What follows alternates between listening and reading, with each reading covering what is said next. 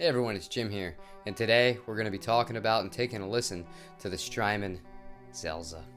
It's a pedal I never knew I wanted. I was very interested in it after I heard the Strymon demos, and well, I'm not going to do this the way I normally would when I'm reviewing a piece of gear because I think Strymon themselves did such a good job showing just how versatile this thing is.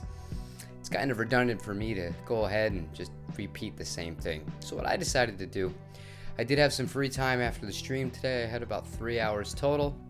Set up the mics on the drums, wrote some stuff, and here's what came out.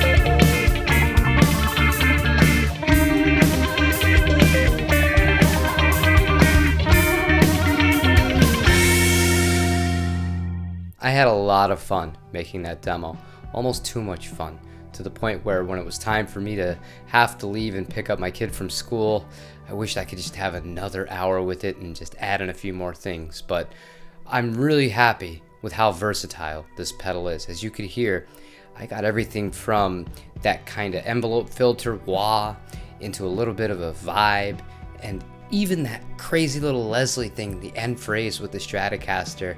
This thing really can do so much more than meets the eye. And I think the only mistake Strymon made, maybe intentionally here, was labeling it as a phaser, because to me, it's so much more than that. Now, in regards to the specific sounds, the one that impressed me the most was the driven sound in the chorus with the ES Les Paul, where I used the 6-stager phase on the right side of the pedal to use a little bit of a chorus. It just sounded amazing. And when I had the Telecaster double tracking the same part, played slightly differently chordally, but with no effects on that, I feel like the two of them together created such a wall of sound. And I never thought that I would use a phaser kind of pedal in that kind of situation, but man, it really works.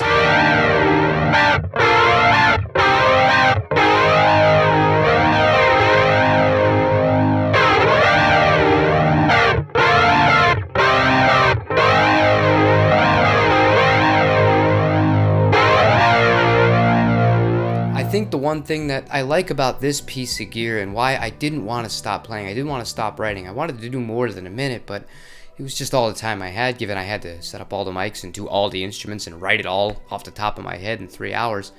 I'm inspired to do new things. And not every pedal does that. Drive pedals don't really do that for me because it's all just kind of different flavor. They might make me want to play a different style of music genre-wise, depending on, the flavor of the drive. But something like this, where it has so much versatility, and the knobs are so sensitive that you really can go from the phaser sound, especially on the stick stage on the right side. When you go all the way to the left, you really get that phase.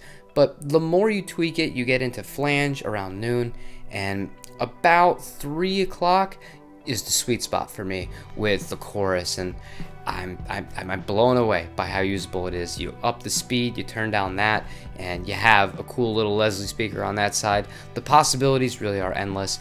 The only cons of this pedal, I don't even think the multi-switch is enough. I think that this is such a capable unit, and you could replace a bunch of pedals with this one. I feel like you will need a MIDI solution. However, that being said, tomorrow's video is just going to be a demonstration of how to set this thing up with a multi-switch if you do have one. I really wanted to share this song with you guys today and focus specifically on that. This won't be the last time we're featuring this. This is a long haul pedal. I am just scratching the surface, especially with the routing and the ability to turn things stereo. I'm very excited for the future and what it holds for me in regards to my playing, my writing, and my overall creativity.